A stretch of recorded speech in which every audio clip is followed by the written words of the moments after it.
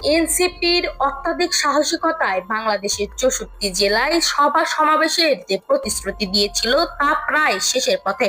বাংলাদেশের 64 জেলায় এনসিপির সমাবেশ শেষের পথে।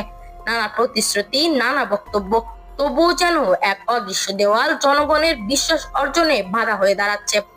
আমরা নতুন বিকল্প, ফ্যাসিবাদের বিরুদ্ধে ঐক্য চাই। এনসিপির এই ডাক কি সত্যি পৌঁছাবে মানুষের হৃদয়ে, তা নিয়ে নানা টালবাহানা।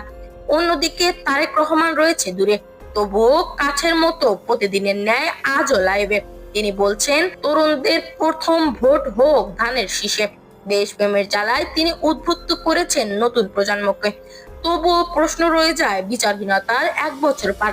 শেখ হাসিনা পতনের পরও কেন এখনো দেশে ফিরছেন না তারেক রহমান?